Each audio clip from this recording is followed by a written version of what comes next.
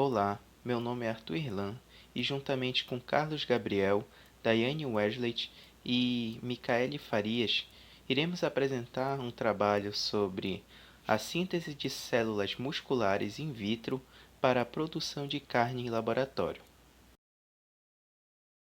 Os métodos atuais de produção de carne estão relacionados com muitos problemas ambientais.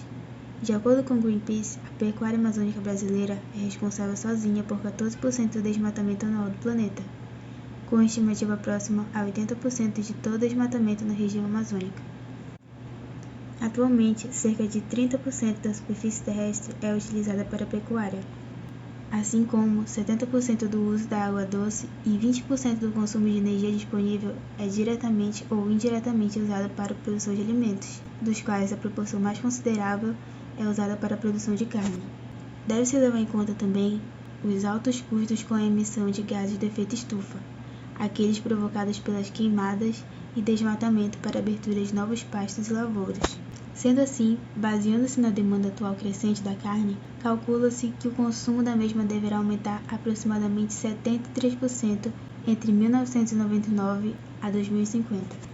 Logo, para suprir a demanda do consumo, a humanidade precisará de 1,5 planetas equivalentes em 2050, colocando a bicapacidade planetária em grande risco. Se o aumento na demanda por alimentos, particularmente da carne, não for sustentável, o futuro da segurança alimentar global certamente estará comprometido. Portanto, inovações tecnológicas limpas para reduzir os danos ambientais causados pela produção de alimentos devem ser preconizadas. Há muito tempo especula-se sobre a produção de tecidos celulares in vitro. Em 2000, a Agência Espacial dos Estados Unidos iniciou suas primeiras experiências para a produção de carne in vitro, produzindo células musculares a partir da massa esquelética de um peixe japonês, com técnicas de engenharia celular, visando a produção de alimentos no espaço. E em 2013, o primeiro hambúrguer bovino produzido em laboratório a partir de células-tronco foi apresentado. Desde então, muitas empresas investem na pesquisa dessa tecnologia, que possivelmente irá dominar o mercado da carne no futuro. A produção de carne in vitro é uma tecnologia alternativa que tem o potencial de contribuir nas ações frente às mudanças climáticas e problemas ambientais enfrentados pela humanidade nesse início de século. Sendo assim, essa apresentação tem o intuito de mostrar um pouco sobre essa tecnologia inovadora, assim como salientar os riscos e barreiras para sua adoção. O método utilizado para produzir carne cultivada se dá a partir de células progenitoras adultas multipotentes obtidas do tecido muscular esquelético, também chamadas de CPAM-TM, e da engenharia tecidual. No meio de cultivo, temos o soro fetal bovino e aminoácidos, glicoses, minerais, vitaminas e tampões. A técnica de cultivo que vamos apresentar ela é dividida em 5 passos.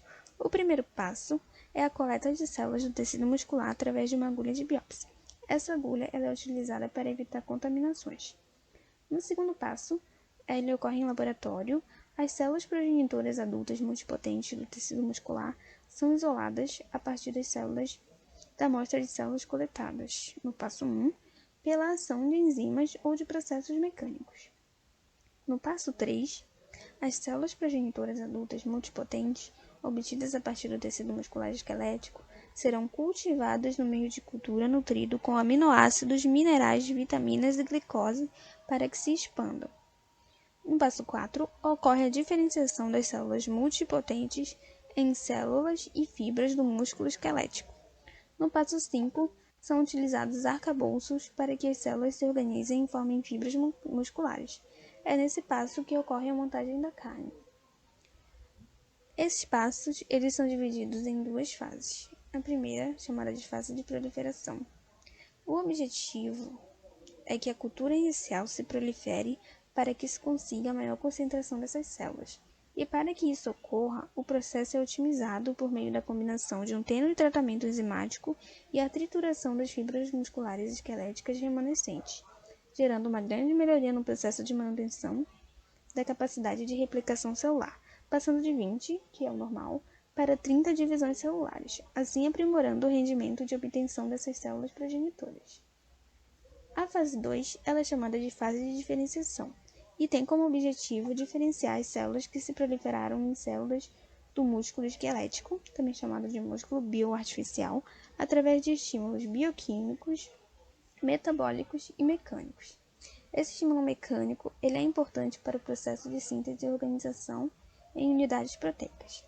Essas proteínas elas se dividem em proteínas contráteis, que constituem a maior parte do teor proteico do tecido muscular, proteínas relacionadas com textura, sabor e cor do músculo, e a proteína mioglobina, que é transportadora de ferro. Por isso, ela é responsável pela coloração vermelha da carne e por um sabor característico.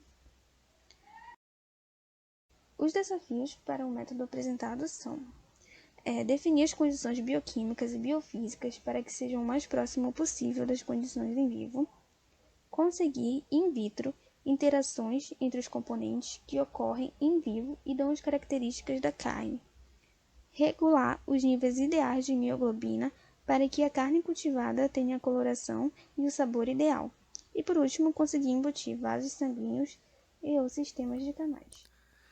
As principais vantagens dessa técnica alimentícia está relacionada com a diminuição dos gases do efeito estufa, na redução do consumo de água e de energia e na diminuição do desmatamento. Além disso, o tempo necessário para a produção de carne é muito menor comparado ao do sistema tradicional. Outras vantagens seriam o maior controle de qualidade da carne, visto que, por ser produzida sobre um meio controlado, o risco de contaminação por algum patógeno seria quase que inexistente.